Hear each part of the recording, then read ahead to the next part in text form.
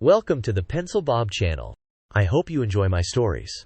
Please like and subscribe, and hit that notification icon so you never miss out. Now on with the stories.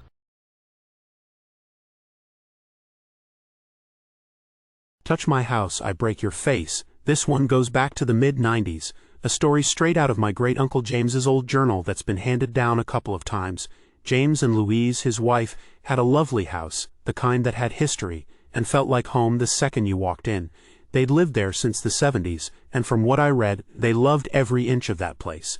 The neighborhood was tight-knit too, at least, until the Homeowners Association started up and began trying to run the show.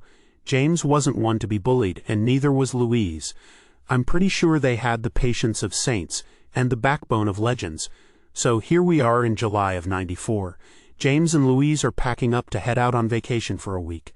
My grandfather Thomas and grandmother Maria were going to house sit, taking it as an excuse for their own little retreat.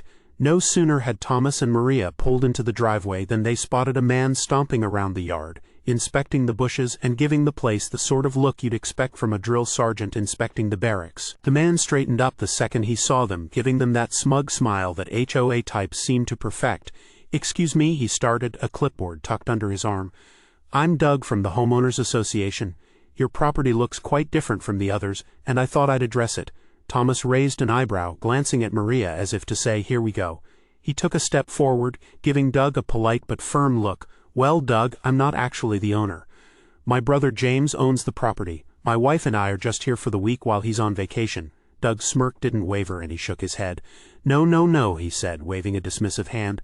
"I see you here all the time. I know this car. You can drop the act, sir. I know what's going on." Maria, who usually kept her cool, wasn't about to have it. She stepped in between Thomas and Doug, her voice sharp as a tack. "Are you really accusing my husband of lying, Doug?" She didn't wait for an answer. "That's a mistake. Huge mistake. Let me educate you. My husband does the books for this little HOA of yours, from his office in Parma, Ohio. We're just here for the week. Now are you going to back off, or do we need to call James right now?" Doug's confidence faltered for a second, but he puffed up his chest, his eyes narrowing. "So you're telling me that your husband and his brother just so happen to have identical cars, because that's the only way you could explain that I see this car here day after day." Just then, James and Louise pulled up. They parked the car out back, not wanting to waste any more time on introductions. "James, Louise," Maria called, waving them over. "It's a good thing you showed up." James took one look at Doug and rolled his eyes, clearly tired of dealing with HOA types. "Doug," he started, "I know exactly who you are. And no, we do not belong to your HOA, nor will we ever. We've been here since '75, before your little club existed. So if you're here to try and make us sign up, let me save you some trouble. It's never going to happen. Touch anything on my property and you'll regret it." Doug's smirk was back, though this time with a tinge of desperation. "Are you certain about that?" he shot back. "I'm quite sure membership is mandatory for residents here." James let out a laugh, crossing his arms. "Let me put it this way," he replied. "We've been here for nearly 20 years, and I can assure you that not all of us are part of your HOA. In fact, 6 families who've been here for decades, longer than you've been around, refuse to join. And guess what, Doug? We never will." That was when Doug's attitude shifted from smug to threatening. His face turned red and his voice took on an edge that made everyone pause. "If you don't join," he hissed, "we'll call the police. We'll have you forcibly evicted. We'll sell this place to someone who understands the rules and respects the order around here. And we'll do the same to your fellow holdouts. This is my final warning, Mr. James." Louise, who'd been silently watching the whole time, finally stepped forward. She was in her late 60s by then, but her glare could have frozen fire. "Let me be clear, Doug," she said, her voice carrying enough authority to quiet everyone. "I'm an attorney, and if you try to pull anything illegal, I'll take you and every single member of your little HOA to court. I don't think your board wants that kind of trouble." Doug visibly paled, looking around like he'd stumbled into the wrong neighborhood. "This isn't over," he muttered, clearly trying to save face. But his confidence was gone, and without another word he stomped back down the driveway, his clipboard clutched so tightly his knuckles turned white. As Doug disappeared down the street, James shook his head, chuckling. "I swear, these people think they're kings of the world just because they hold a clipboard," he said, glancing at Louise. "It's like they've got nothing better to do than harass people." Thomas laughed, shaking his head. "Well, you two have certainly made an impression," he joked. "I don't think Doug will be coming around here anytime soon. And if he does, we'll be ready for him." Louise shot a glance toward the street where Doug had disappeared. "Oh, he might come back. And when he does, he'll have a whole neighborhood of us to deal with." She turned to Maria, smiling wryly. "I bet he doesn't realize we're all watching him like hawks. If he even steps foot on this property again, it'll be the last time he bothers anyone around here." Over the next few days, James and Louise enjoyed their vacation, though Thomas and Maria couldn't help but keep an eye out for Doug or any of his HOA buddies. But the days passed without any sign of him, and for a moment it seemed like maybe the HOA had gotten the message. That peace, however, was short-lived. One evening, just after sunset, a shadow appeared near the edge of the property. Maria spotted it first, peering through the kitchen window. "Thomas," she whispered, nudging him. "Look outside." There, sneaking along the fence line, was Doug, clipboard in hand, looking around like he was planning a military operation. "Can you believe the nerve?" Maria muttered, her fists clenched. James and Louise weren't back yet, but Thomas didn't care. He threw open the front door, shouting, "Doug, I see you there. You don't have any business here, so leave before we call the cops." Doug froze, clearly caught off guard. But he quickly regained his composure, a defiant smirk spreading across his face. "Just doing a routine inspection," he called back, his voice dripping with sarcasm. "Nothing to worry about." "Well, I think there's plenty to worry about," Maria shot back, stepping outside to stand beside Thomas. "This isn't the first time you've tried to sneak around here, Doug. Keep pushing and you'll regret it." Doug hesitated, glancing between Thomas and Maria as if calculating his odds. But before he could respond, the sound of tires crunching on gravel echoed through the yard. James and Louise were back, and from the looks on their faces, they weren't happy. "Well, Doug," James began, his voice icy, "it looks like you're trespassing. Want me to call the police, or are you going to leave?" Doug swallowed hard, his earlier bravado fading fast. "This isn't the last you'll hear from us," he stammered. "The HOA will," Louise interrupted him, her tone flat but firm. "The HOA will do nothing. You're done here, Doug. And if you or anyone else from that board sets foot on our property again, we'll see you in court. Understand?" Doug opened his mouth to respond, but one look from Louise had him rethinking his options. Without another word, he turned and shuffled away, defeated. For the rest of the week, Thomas and Maria stayed vigilant, keeping watch over the property as if they were guarding a fortress. Doug never returned, and by the time James and Louise were back for good, it was as if he'd vanished into thin air. They continued living in that house, free from HOA harassment, for nearly 20 more years, until James passed away and Louise moved in with their son. It's funny how some people think they can bully others just because they have a title and a clipboard. But in the end, James and Louise showed them that not everyone is so easily pushed around. I'm absolutely stunned by the behavior of this HOA representative. Throwing around false accusations and making eviction threats, that's beyond unprofessional. It's straight up illegal. The sheer nerve of trying to force longtime residents into joining an HOA that didn't even exist when they moved in is mind-boggling. No wonder HOAs get such a bad rap. They're like magnets for small-minded bullies who love throwing their weight around and making life miserable for everyone else. Props to the elderly couple for not backing down and defending their rights. They're the real MVPs in this story, showing that you don't have to roll over for these wannabe dictators. It's people like them who keep these power-tripping HOA boards in check. Typical HOA BS. These power-hungry jerks think they can bully everyone into submission. Good on the old couple for standing their ground. I've dealt with HOAs before, and they're all the same, just looking for ways to control people and make their lives miserable. This Doug guy sounds like a real piece of work. Hope he got what was coming to him. Lol, that HOA dude really got owned. It's about time someone put him in his place. Seriously, who does he think he is, strolling onto someone's property and throwing around threats like he's some kind of king? It serves him right for being such a jerk. Those old folks showed him that they're not to be messed with. Old people 1, HOA 0, it's refreshing to see them stand up for their rights instead of just backing down. This kind of confrontation is exactly what these petty HOA bullies need to face more often. Maybe now he'll think twice before trying to intimidate anyone else. If you like our stories, then please like and subscribe and comment, and remember to hit that bell icon so you never miss out. We have new stories almost every day. I had started noticing a troubling pattern with our HOA. They seemed to be firing off violation notices as if they had a quota to fill, and they didn't even care to figure out who was actually responsible before doing it. It's been a thorn in our sides for years, but it's taken on a whole new level recently. The HOA board, together with their hired management company, has developed a tendency to send these notices whenever they feel like something might be against the rules, regardless of whose fault it actually is. It sounds ridiculous, but it's exactly what's been happening around here. And as if that weren't bad enough, they act like it's somehow our job to figure out who really owns a car parked outside our house or whose sign is on the border of our lawn. Let me paint a clearer picture. Take, for example, the situation with the sign. The HOA has this strict rule about signs, right? No signs are allowed, but a no exceptions rule like that sounds clearer than it actually is. A sign shows up near the line between my property and my neighbor's, smack on the edge. Now I'm looking at it and wondering if it's on my side or not, but next thing I know, I get this letter in the mail. Violation notice for unauthorized signage, and so does my neighbor. It's as if they thought, well, we don't know exactly whose sign it is, so let's just find both of them and let them sort it out. What kind of logic is that? It's incredibly lazy, and worse, unfair. I spent half my evening explaining to the HOA that the sign wasn't even mine while my neighbor did the same. Not that it made a difference. They insisted on their policy. Then there's the parking issue. The HOA has a rule that homeowners can't park on the street. Fair enough, I get it. But they fail to acknowledge that these are public streets.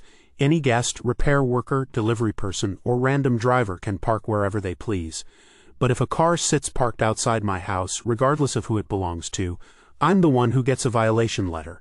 They send it with this routine precision, and there's no follow-up on their end to see if maybe the car belongs to a guest. Nope, they say it's up to the homeowner to notify them. And how exactly am I supposed to know if a car outside is someone else's? Should I go knocking door to door like some neighborhood detective? People in the neighborhood are fed up with it. Every time another one of us gets a violation notice that's clearly a mistake, you can feel the anger simmering in our online HOA group. Discussions are endless. There was one day where people were just unleashing years of frustration. Neighbors talking about everything they'd been fined for, the absurdity of it, and the helplessness of having nobody to appeal to.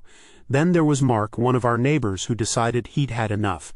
He started a petition on change.org, a cry for accountability. Within a day, 50 people had signed it. And in a neighborhood our size, that's a significant portion of the community. Mark showed up at the next HOA meeting with his petition in hand, ready to voice what everyone was feeling. I went too, partly out of curiosity and partly out of solidarity. When it was Mark's turn to speak, he didn't hold back. He laid it all out for them, describing how the blanket violation notices had made everyone feel like they were under constant surveillance, guilty until proven innocent. You could see some of the board members squirming, a few even exchanging nervous glances, but others looked like they were ready to dig their heels in. The HOA management company rep, a smug guy named Dan, stood up with this arrogant smirk on his face. He calmly explained that this was standard procedure, and that sending notices to multiple homes was the most efficient way to ensure compliance. Efficient, is that what he calls it? He might as well have said, look, we don't care enough to figure out who's responsible, so we'll just send fines and make you pay the price for our laziness. But he didn't stop there. He even suggested that it was the homeowner's responsibility to investigate who the car parked outside belonged to, saying, we encourage a community-based approach where neighbors hold each other accountable. The room erupted with a chorus of incredulous mutterings. Someone from the back shouted, so you're saying I'm supposed to be my neighbor's detective now? Dan didn't flinch. He just nodded, like he was doing us some kind of favor by burdening us with his job. And then came the real K. Dan mentioned that only about 20% of the notices sent out are incorrect. He seemed to think that was an acceptable number. Like those 20% of people should just be grateful it wasn't them every time. The way he shrugged it off made my blood boil. It was as if he was saying that 20% of people could be collateral damage to the board's laziness, and that should just be good enough for us. Several people were practically on their feet, shouting over each other to speak. It got so heated that the board president, a guy named Greg, had to bang his gavel like we were in some courtroom drama. He finally brought the room to a tense silence and said they'd take it under advisement. That was it. No promises, no apologies, just another classic HOA non-answer, sweeping the problem under the rug. After the meeting, a group of us gathered outside. We were all exasperated, but it was nice to know we weren't alone in this frustration. It felt like we were living under some bizarre neighborhood dictatorship. And as we stood there venting to each other, Mark said something that stuck with me. They're opening themselves up to so many liability issues, he muttered. And he was right. It seemed only a matter of time before one of these wrongful violation notices went too far and landed them in court. All these fines could lead to foreclosure if someone couldn't pay. And then what? That's how you ruin lives. Several neighbors have gotten lawyers involved over the past few years, but it's not cheap. Fighting these false violation notices takes time and money, and not everyone has the resources. But maybe that's part of the HOA's plan. Count on people giving up, paying the fines out of frustration, or simply backing down because they don't want the legal hassle. It's almost like they've weaponized laziness against us. In the weeks that followed the meeting, the petition continued to gain traction. More neighbors started sharing their stories. One couple received a notice for illegal outdoor furniture, even though the furniture was clearly visible on their neighbor's lawn. Another neighbor, Maria, shared her ordeal of being fined repeatedly for yard violations due to leaves blowing over from a tree that wasn't even hers. The stories kept pouring in, each more ridiculous than the last, and every time the HOA's response was the same, shrugging it off, putting the blame on us for not proactively policing each other's property. It's as if they wanted us to be at each other's throats, rather than holding them accountable. The HOA tried to implement some changes after the backlash, but they were more symbolic than anything else. They added a new appeals process for violation notices, but it was hardly an improvement. You could appeal, sure, but you had to pay a non-refundable fee just for the chance to explain why you didn't deserve the fine. That solution only fueled our anger more. It was a perfect reminder of how detached they were from the lives of the people they were supposed to represent. I wish I could say things have changed, that the board learned something, but the reality is it's business as usual for them. The lazy violation notices still go out like clockwork, and they still insist on putting the burden on us. The only difference is, we're more united in our frustration now. We've got that petition, we've got a stronger community, and we're all watching the board's every move. There's a fight brewing here, and I'm not sure how long the board can keep hiding behind their weak excuses before it all blows up in their faces. Basically, the courts have ruled that the HOA is basically a contract between owners. As such, while the HOA can't enforce parking laws, they can enforce breaking of the contract by fines and other punishments against the HOA member that is responsible for the vehicle being there. So a tenant or guest's vehicle would still be a fine against the unit owner. Some states outlaw this, many don't. Our association was actually sued for this very reason, and it was just plain dumb. They should never send out a violation notice without clearly naming the person responsible and referencing the specific section of the declaration. It's not just about being fair, it can really cost them in the long run.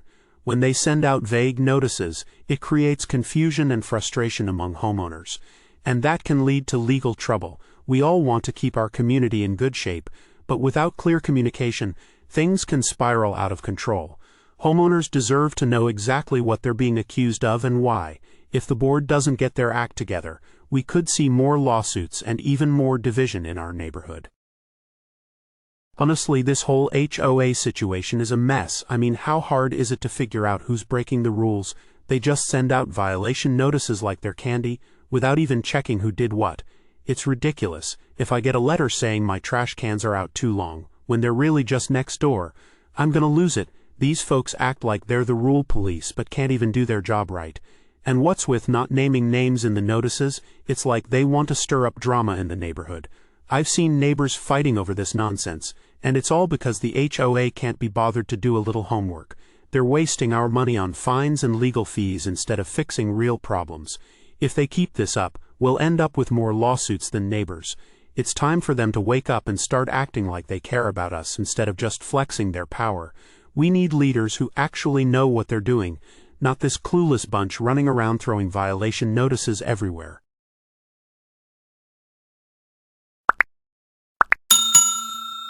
I would like to thank you for watching the video to the end. To encourage us to make more videos, please like, subscribe, comment, as well as share. Check out this other video if you haven't already.